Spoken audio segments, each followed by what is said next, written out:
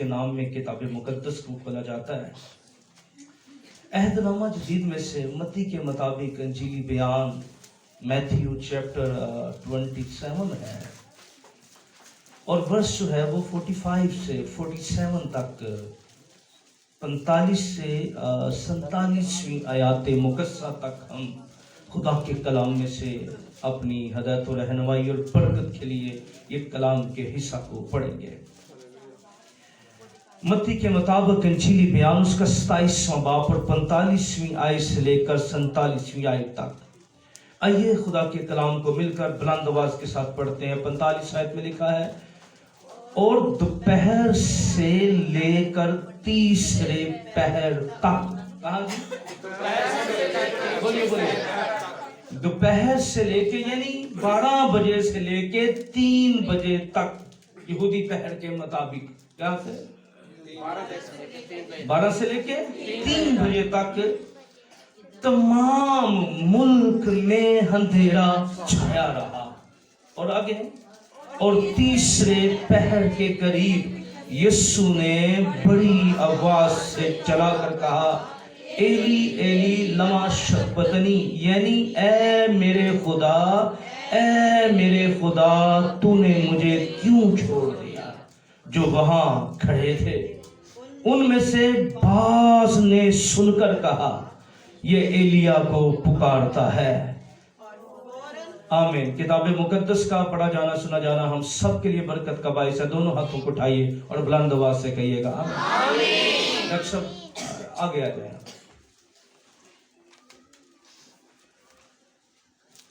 آج ہم جس کلمے پر بات کر رہے ہیں یہ ہے چوتھا صلیبی کلمہ۔ کون سا جی؟ چوتھا صلیبی کلمہ۔ اور ہمارے تعلیمی سلسلے کا یہ 5واں سرمن ہوگا۔ کلمے کے لحاظ سے تو یہ چوتھا ہے۔ اب میری ادھر مت ہوا جاؤ، ٹھیک ہے؟ اور کلمے کے لحاظ کی ترتیب کے لحاظ سے چوتھا، اسے کفارے کا کلمہ کہا جاتا ہے۔ کیا کہا جاتا ہے؟ کفارے کا کلمہ کہا جاتا ہے۔ اچھا، اب ہم جب یہ صلیبی کلمہ شروع کر رہے ہیں تو میری آپ سے التماس ہوگی اور تمام دیکھنے والوں کو، کیونکہ جو لوگ ہمیں بعد میں ویڈیوز کے ذریعے، یوٹیوب کے ذریعے یا کسی سورسز سوشل میڈیا کے دیکھتے ہیں،